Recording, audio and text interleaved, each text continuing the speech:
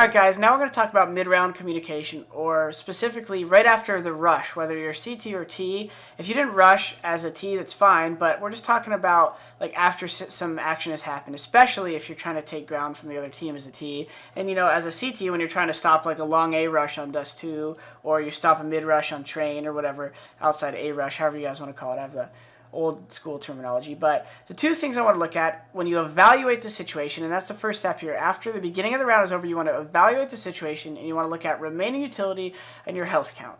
Now, on both sides, this is a big deal. So we're first talk about CT.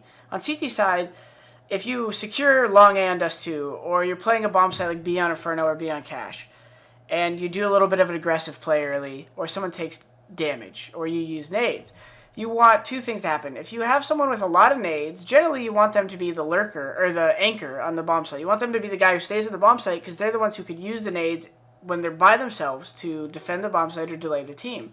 And then you guys want the low HP guy to play headshot positions on CT side. So if you're B on Cache, you want your low HP guy to probably play headshot if you're going to play 2 in the site, right?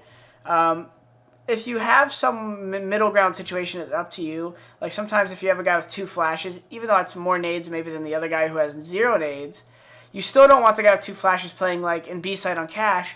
You want the guy with flashes to play outside the site, so as they come in, he could flash without even asking for the guy who's playing site and maybe create some flashes that won't blind him. So evaluate the situation, and then generally leave the guy with the most nades as the anchor. Smoke is probably the most important there. You want to leave the guy with smoke, but you just need to communicate right away, evaluate the situation, discuss utility, discuss HPs, and then adjust on the fly. On CT sides, sometimes if you take 2 guys, like say you're playing B on Inferno, both your B guys get double naded at the beginning of the round and it's a gun round, and they both have half or below health, maybe you just want to take a risk.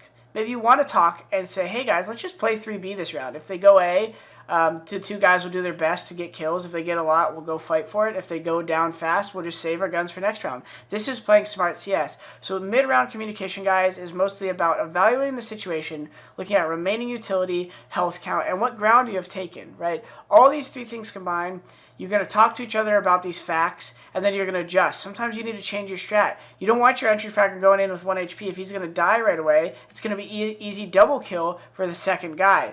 If your high HP guy goes first, maybe that first guy goes to fight him, and he does kill him, but your low HP guy is just spaced good enough to where he can get the kill. There's never a perfect way to do things in Counter-Strike, and that's what makes the game so awesome. But you can take some of these things in consideration on CT and T, and make sure you're just communicating anytime you reach different stages of the round. Next up, we're going to talk about late round and clutching.